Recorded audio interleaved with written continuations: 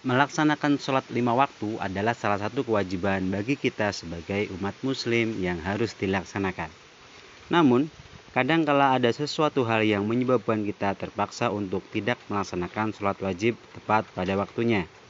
Misalnya saat kita sedang dalam perjalanan yang sangat jauh dan tidak memungkinkan melakukan sholat pada waktunya. Jika kita dalam keadaan demikian, kita masih tetap bisa melaksanakan sholat fardu dengan cara dijamak dan dikosor. Apakah sholat jamak dan kosor? Mari kita ikuti penjelasannya.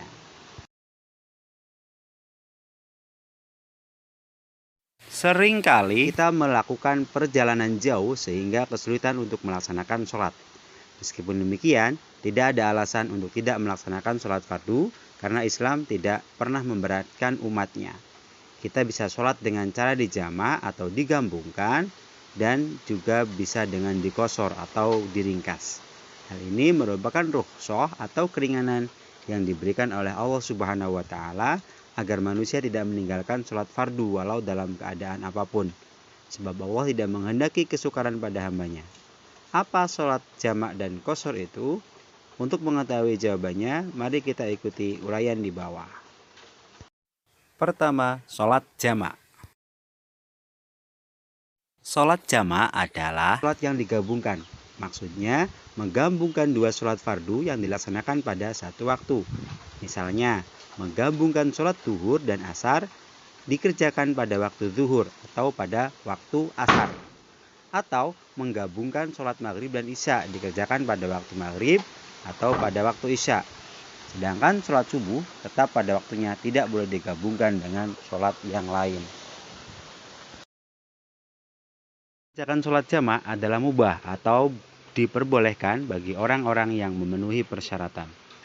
Dalam sebuah hadis diriwayatkan bahwasanya kana Rasulullah sallallahu alaihi wasallam idza irtahala qabla ay yazigha asy-syams akhara adz-dzuhra ila waqtil 'ashri thumma nazala fajama'a bainahuma fa in zaghat asy-syamsu qabla ay yartahila shalla adz-dzuhra thumma raqiba.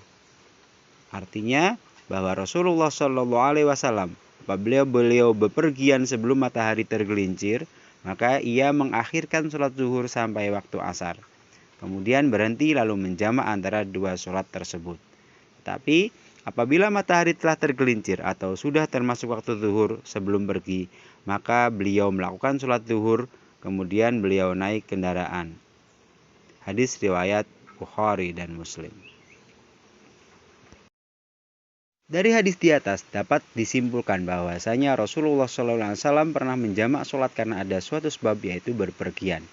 Hal ini menunjukkan bahwa menggabungkan dua sholat diperbolehkan dalam Islam, namun harus ada sebab tertentu. Sholat jamak boleh dilaksanakan karena salah satu dari dua alasan atau halangan, yaitu yang pertama, dalam perjalanan jauh minimal 81 km atau menurut kesepakatan sebagian besar imam mazhab, dan perjalanan tersebut tidak bertujuan untuk maksiat atau berbuat dosa. Yang kedua, dalam keadaan sangat ketakutan atau khawatir, misalnya perang, sakit, hujan lebat, angin topan, dan bencana alam. Sholat jamak dibagi menjadi dua, yaitu yang pertama sholat jamak takdim atau jamak yang didahulukan, yaitu menjamak dua sholat yang dilaksanakan pada waktu yang pertama. Misalnya, menjamak sholat zuhur dengan asar yang dikerjakan pada waktu zuhur. Ini disebut dengan jamak takdim, yaitu dengan melaksanakan 4 rakaat sholat zuhur dan 4 rakaat sholat asar. Atau menjamak sholat maghrib dengan isya yang dilakukan pada waktu maghrib, yaitu dengan 2 rakaat sholat maghrib dan 4 rakaat sholat isya. Jadi pelaksanaannya itu adalah di waktu yang pertama dari 2 sholat yang digabungkan. Zuhur dengan asar dilakukan pada waktu zuhur, atau maghrib dengan isya dilakukan pada waktu maghrib. Itu disebut dengan jamak takdim. Dalam melaksanakan sholat jamak takdim, maka harus berniat menjamak sholat kedua pada waktu yang pertama, mendahulukan sholat pertama dan dilaksanakan bersegera, dan tidak diselingi perbuatan atau perkataan lain. Maksudnya setelah salam, maka kita harus cepat-cepat untuk bertakbir untuk melanjutkan sholat yang kedua. Jadi semisal menjamak sholat duhur, maka setelah salam sholat duhur, kemudian kita langsung bangun dan bertakbir untuk melaksanakan sholat asar. Dan pelaksanaan sholat jamak takdim pada sholat yang kedua harus masih dalam perjalanan. Yang kedua adalah jamak takhir atau jamak yang diakhirkan, yakni menjamak dua sholat yang dilaksanakan pada waktu yang kedua. Misalnya menjamak sholat duhur dengan asar, dikerjakan pada waktu asar.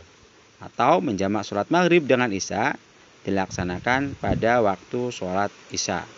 Jadi jamak takhir ini adalah kita menggabungkan dua sholat dan dilaksanakan pada waktu sholat yang kedua. Jadi semisal kita melaksanakan jamak sholat duhur dan asar, maka itu dilakukan pada waktu sholat asar atau pada waktu sudah masuknya sholat asar. Atau kalau kita mau menjamak sholat maghrib dan isya, maka itu dilakukan pada waktu sholat atau waktu masuk sholat isya. Itu yang dinamakan dengan jamak takhir. Adapun saat melaksanakan jamak takhir, maka harus berniat menjamak di waktu sholat yang pertama. Tidak disyaratkan harus mendahulukan sholat yang pertama, boleh mendahulukan sholat yang pertama baru melakukan sholat kedua atau sebaliknya.